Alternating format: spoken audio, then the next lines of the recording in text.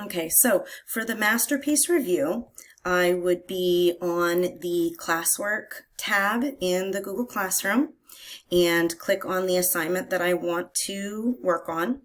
This shows assigned here in the upper right, so I've not completed this assignment yet. I'm going to view the assignment. I have all of the instructions and materials down here.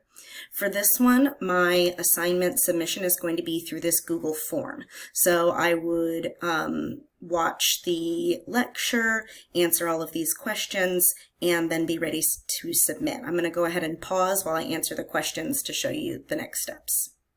Okay, so I put in all the answers. Make sure that you put your first and last name as that first question, so that way you get credit for your work. And if you want, you can click send me a copy of my responses.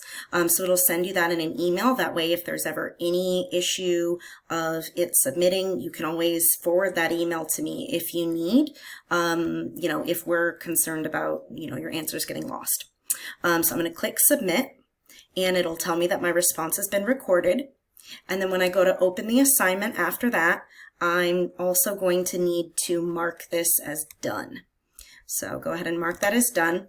And I want to do that so that way later on I don't get confused and think that I still have that assignment to do.